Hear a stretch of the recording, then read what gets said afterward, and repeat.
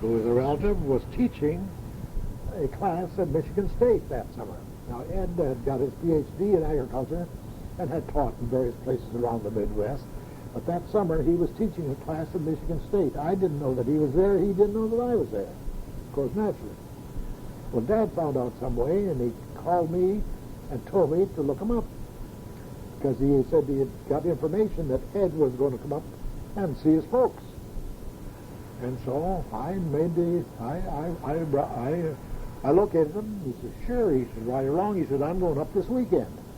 Well, that got me a ride all the way back to Roger City. And so that's the way something happened.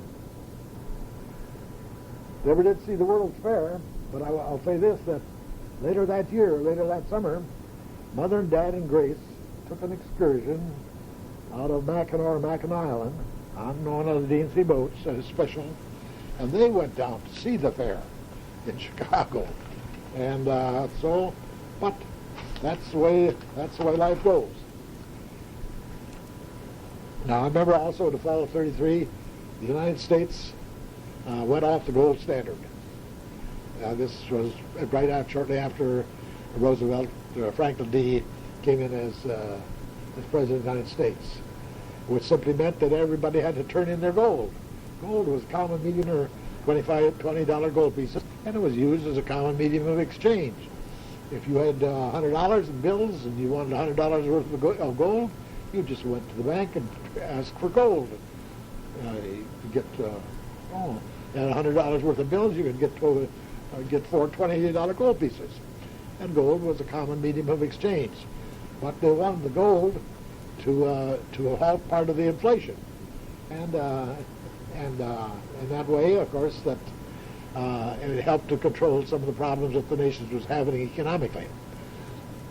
Well, I had a $5 gold piece, but I didn't turn it in. I kept it. I turned it in maybe in the late 70s, when gold went up to $750 an ounce.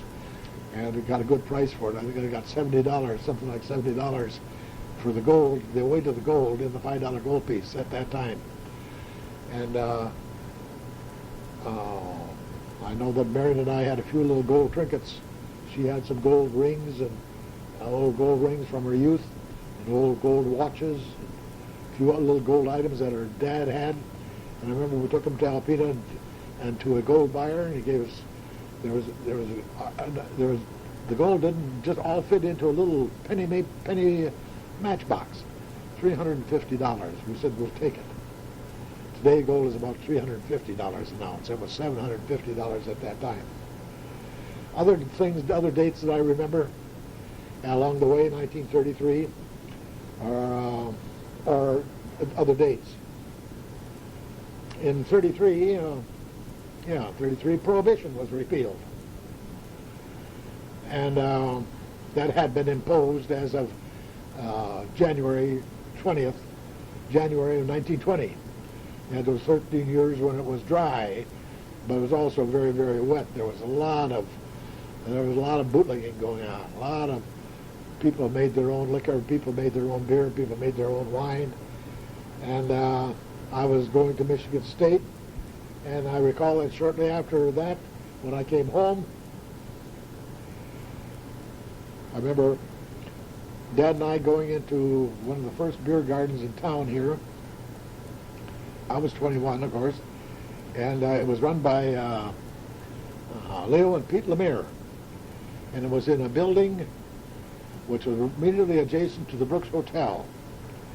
There's some kind of a Dahlquist store or Ben Franklin store or something in that area now, and but that was a great big old ramshackle two-story home there, and the Lemires had one of the first beer gardens, and I remember going in there with Dad and ordering a bottle of beer. That was the first legal beer that was available at that time. And then I know that also in '33, the Federal Deposit Insurance Corporation went into being. That's where you're protected against loss of your savings. That's to get rid of the various things that happened when the banks closed. In other words, you couldn't get your savings. Now your savings today are guaranteed up to $100,000. for this Federal Deposit Insurance Corporation. And also in 1933, Social Security went into operation. And the other things that I recall that was in 35 that Social Security went into operation.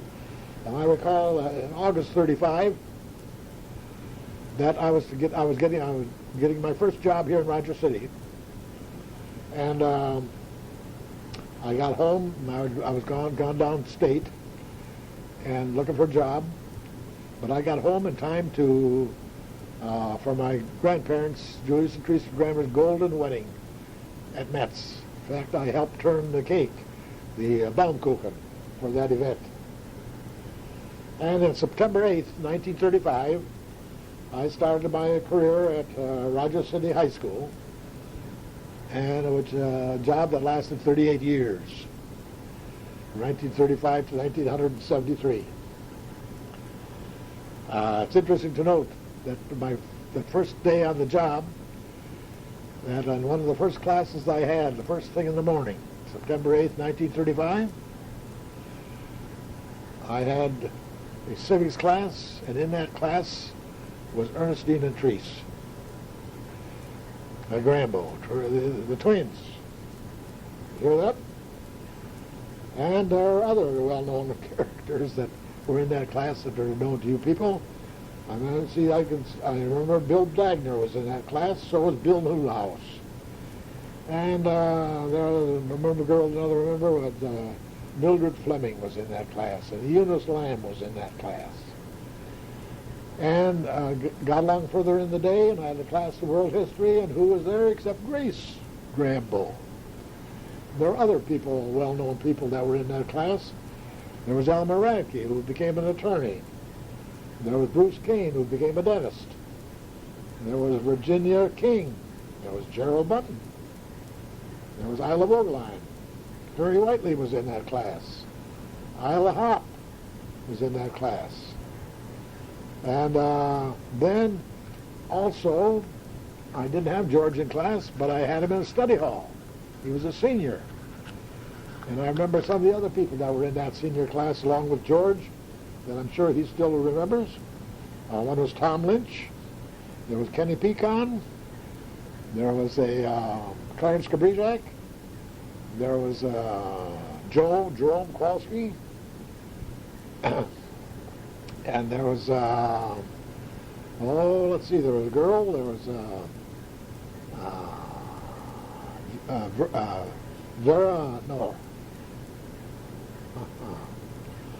Rieger girl. And there was Quentin Dulac was in that class. And Bob Pierce was in that class. There was an Ellen Furtaugh in that class. And there was a Polk girl in that class also, George. You remember her. And then, what are some of those other dates that I recall along the way? Shortly or thereafter or before? December 7th, 1941, Pearl Harbor. Where was I at Pearl Harbor? Well, Marion and I were out at Lost Lake. It happened that the weather had turned warm, the snow left, and so Marion and I went out to Lost Lake, just walking around in the woods. Most snow was bare.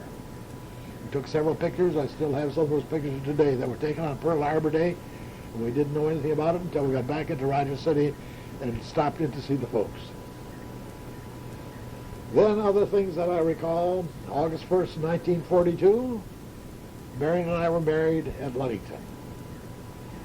And Ernestine was the maid of honor for Marion, and because she didn't have a sister. And Don Ross, Marion's brother, was my best man. And Marion's mother was there, and her stepfather, Charlie Clausen, and Mother and Dad were there, also there. Now, what are some of the other dates as we came along? I remember, and we just celebrated the 50th year the other day, D-Day, June 6, 1944. I was in Detroit. I'd gone by train. I had an appointment with a doctor, a J.J. Lightbody, in the Whitney Building in Detroit. I got off the train early at one of the stations near town. Ernestine will have to tell you the name of that station. And I took a cab and got to Grand Circus Park. I knew where I was then. And as I walked across Grand Circus Park, it was very eerie. I see people kneeling. I didn't know what was going on. And I didn't find out about D-Day. Nobody on the train, of course, knew about it until I got to the doorway of the David Whitney building, and the attendant at the door, I said, "What is it?" Well, he said, "Haven't you heard? It's D-Day. The invasion has started." Well, you recently witnessed, I suppose, a lot of that stuff on TV that occurred at that time. Well, that's where I was. Then, other things that occurred along the way. In August of 1944, I became high school principal here, succeeding John D. Sibley. And in December of 1950, I became superintendent of schools on the death of Howard Gilpin. Now, we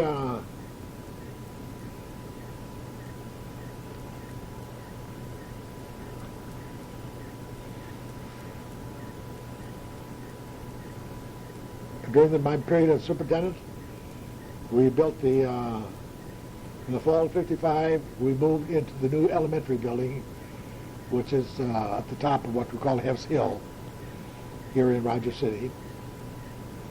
And in 1958, that was in '55.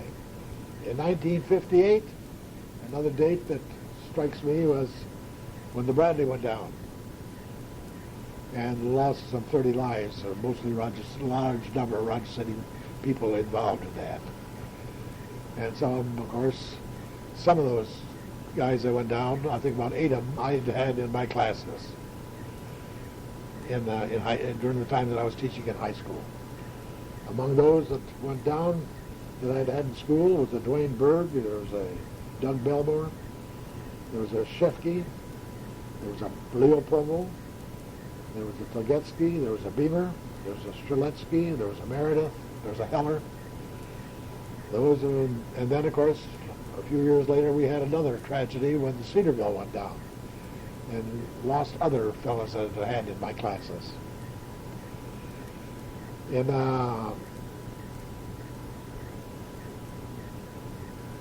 the fall of '64, we moved into the new high school, which is now top of the hill there.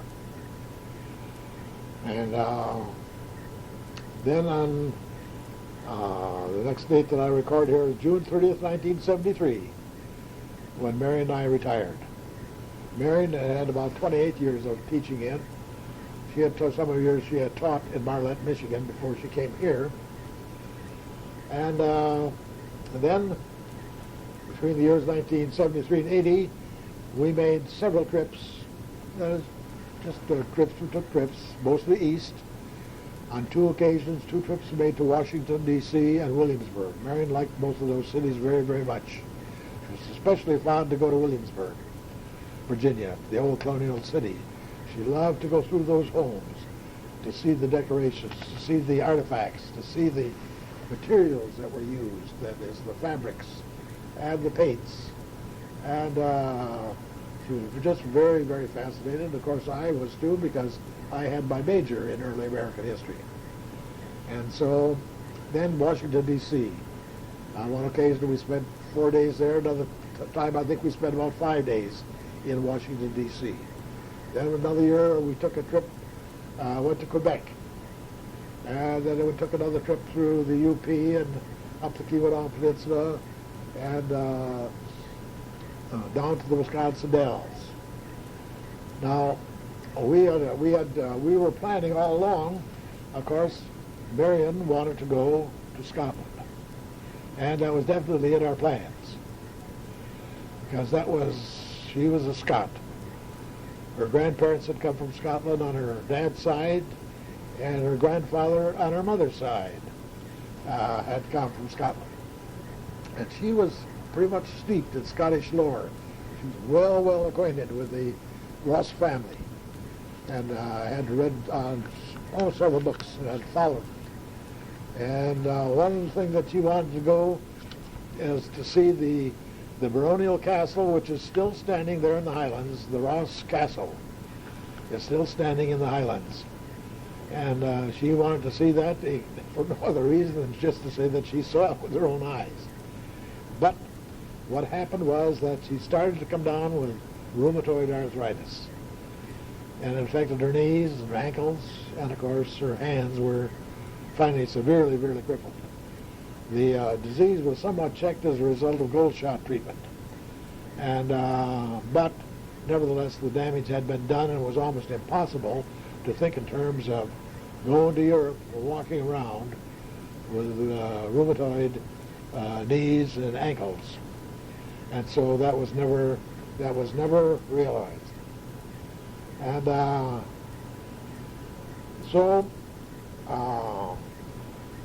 then, of course, the other, Marion, her later life, she had a couple of years when it was pretty rough going. And she finally passed away on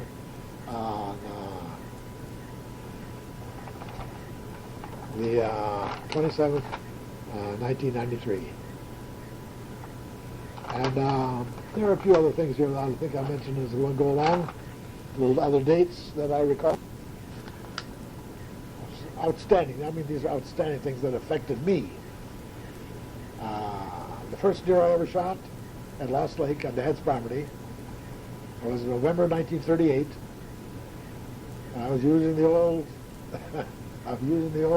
45-60 rifle, which I still have, with the Grambua rifle, Grambua's rifle.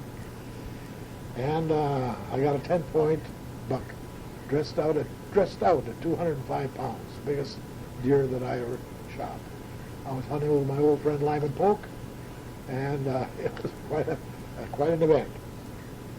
Then I used to love, of course, I love duck hunting, which I did during our early days because we didn't have deer until the middle 30s. But in high school, of course, got duck hunting, and I spent every weekend that possibly could get duck hunting. And of course, the fellow that I hunted the most with was Lyman Polk. Lyman and I had become good friends since high school. He loved to hunt, and then of course in his later years he lived at Lake Nettie and Lake Louise, and lived there most of his life. He and his wife are both gone. But I remember another duck hunt that we had. We used to hunt what we call Adams Point, which is on plant property. One time out there was Lyman Polk, Earl Clee was another well-known young fellow around town here at that time, a good friend, and myself, and we got our limit of 30 ducks hunting at Adams Point. Now, that's a lot of ducks. The biggest problem was how to get them home. The darn car was about a half a mile away. Well, we finally rigged up enough rigging so that we were decked in ducks, but that was the best duck hunting that I ever done. Oh, I had my limit on several occasions after that, but the limit then, the last time I hunted, I think the limit was 3. But there were early years when the limit went down to 5. Now it is pretty well restricted. Well, there are some of the other things that I remember. I remember duck hunting with H.H. Gilpin. Gilpin, of course, knew that I was a duck hunter, and so when I came back here in 35, he invited me to go with him every year, 1 or 2 times a year. He is a duck hunter from way back, of course. He had a cottage at Grand Lake. He'd had it for years, and he'd hunted Grand Lake for many, many years. And so he invited me out, come out early in the morning.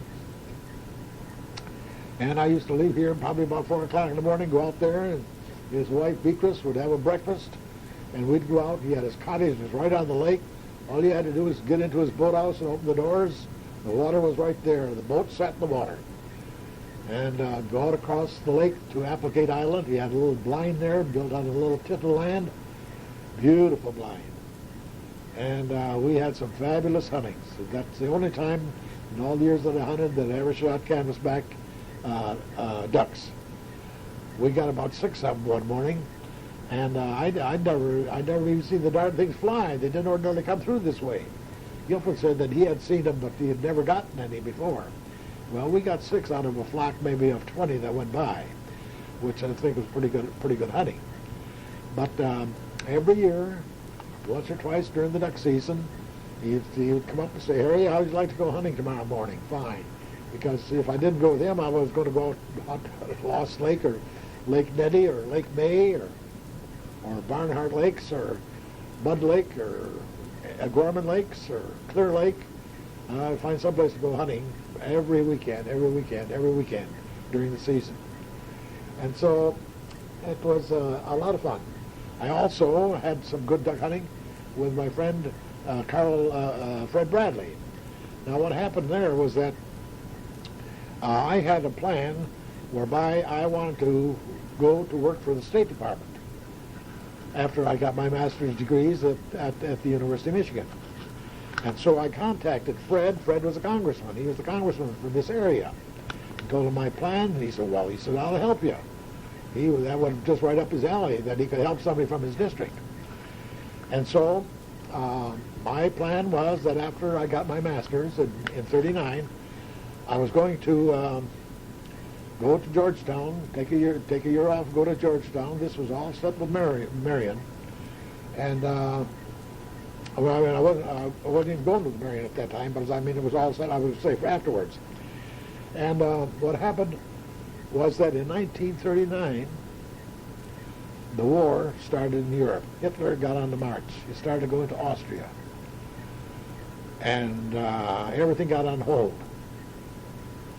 And then I completed my degree, and then I came back, and then in 1944 I became high school principal during the war.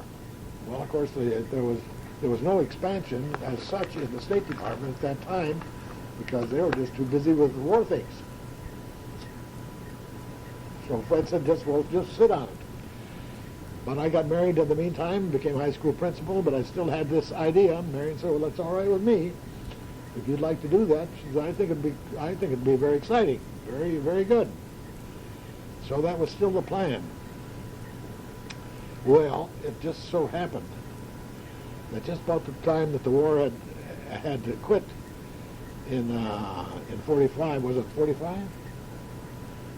Yeah. Fred died. Well, that ended the dream right there. And but nevertheless, in the intervening time, between the time I told Fred about it, we got to be pretty good friends. Every time he'd come to town, he'd invite me over. After we got married, he invited Mary and I both to come over and meet with him and his wife. We had a couple of bottles of beer or whiskey and soda, whatever it was. And then he invited me, on 2 different falls, he invited me to go hunting with him at Grand Lake, at his beautiful, beautiful cottage that he had at Grand Lake. And he was, of course, the duck hunter. And I remember hunting with some fellows like Charlie Huffman was out there. Rick Sabin was out there. Rick Kowalski was out there. Harold Terry, a good friend, was out there. And there were a few other fellows that went out there. I remember going out there and staying overnight so that I'd be there early in the morning. But those are things that happened along the way. But my dream of going for the State Department just ended there. Now, a couple other dates that I recall, I don't even know when, either in 22 or 23, we had one vicious snowstorm that moved in here in Roger City. It closed everything down for about 3 days. Even the train couldn't get in. There was so much snow on the track that they couldn't get the train in. Some of you people might listen to this probably would know when that was, but that was what happened at one time. Then I remember in 27, Dad, Herman, George, and I, that trip that we took to Kansas, Nebraska. That was awful. That was a nice trip. And I remember it was on that trip that we stopped in at Chicago to see Bill Schultz, who was a cousin of Dad's, and he took us to downtown Chicago, to the Pantages Theater. He had some tickets. I don't know how he got them, but of course he had some pretty good connections with the railroad company. And we saw our first talkie about 15 minutes. It was Al Jolson.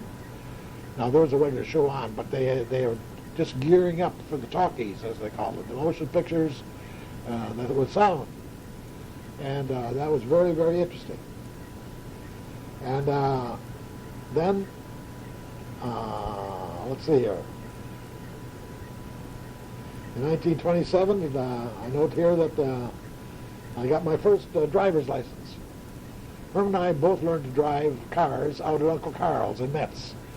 Carl had an old car, a Star, that he'd taken everything off except the fenders, and he made a truck for the farm. And it was a gear shift, a stick shift, and he let us run around the fields. He had a couple of fallow fields there and showed us how the car worked, and then just let us take the car and run around the field so that we could learn the feel of driving, of using the clutch and the brake, and that's how we learned to drive. And the best thing that you could have happened, we used to drive to Butts, drive over to see Uncle Otto, drive over to see Uncle Henry, and drive the country roads. Well, that was just as good as driving any other roads. Then my first hunting license, I remember, I think I still have around here, dated 1926. Of course, the hunting that we did in those days, in the early days, was just, mostly it was, for me, at least it was duck hunting.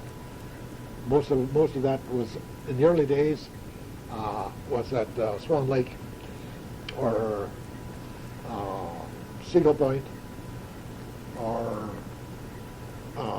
Adams Point. And then later on, of course, after I got an automobile, then of course went to hunt at Lost Lake on Dad's property. Shot many a duck off of Dad's property there at Lost Lake, and Lake Nettie, and Lake May, Lake Ann, Lake Ella, and along all the whole length of the Akiak River, and Gorman Lakes, and also Lake Emma, and a lot of, there was Clear Lake, there was Horseshoe Lake, there were a lot of little ponds that we hunted quite frequently. Now, the last thing that I've got entered on here was just the other day, just about a week ago. In fact, it was May 27th, 1994. I had the privilege of attending my 60th class reunion from Michigan State at the Kellogg Center at Michigan State College. George and Martha were with me, and another fraternity brother of mine by the name of Ralph Recor and his wife, who now live in Naples, Florida, came up for the event. We had been fraternity brothers at Michigan State. I saw him last year, for the first time in 59 years, and so we met again this year. And then, to make things even better, on June 1st, we went to Detroit. George and Martha and I went to Detroit to Joe Muir's Seafood, right downtown Detroit, a famous restaurant down there. And there again, we met with Joe, we met with Ralph and his wife Joe, and another fraternity brother that I hadn't seen in 60 years, the name of Bob Kelly from Marysville.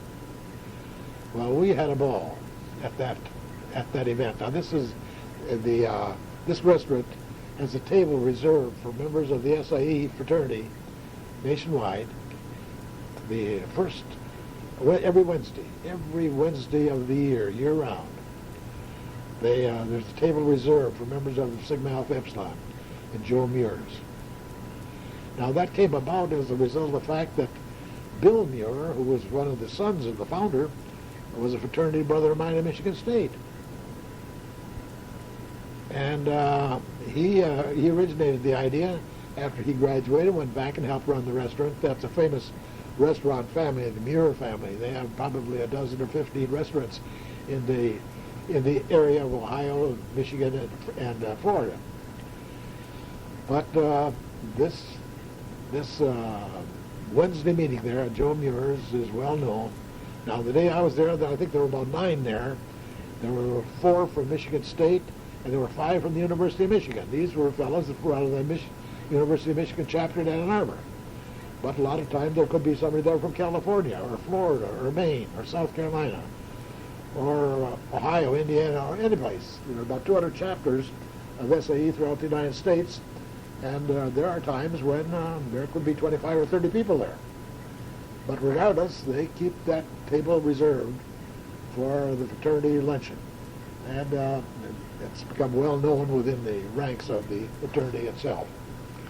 So those are some of the various things that I just thought I would mention about as we went along the years from 1911 to 1994.